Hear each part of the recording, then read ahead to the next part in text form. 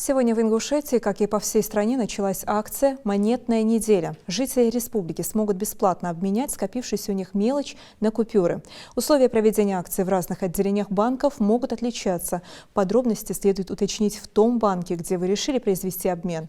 «Монетная неделя» продлится до 2 июня. В обороте в стране находится более 70 миллиардов монет. При этом большая часть монет хранится у людей дома. У кого-то в копилках, а кого-то просто не хочет держать ее при себе. Акция призвана вернуть скопившуюся у жителей региона мелочь в обращение и сократить затраты на ее производство.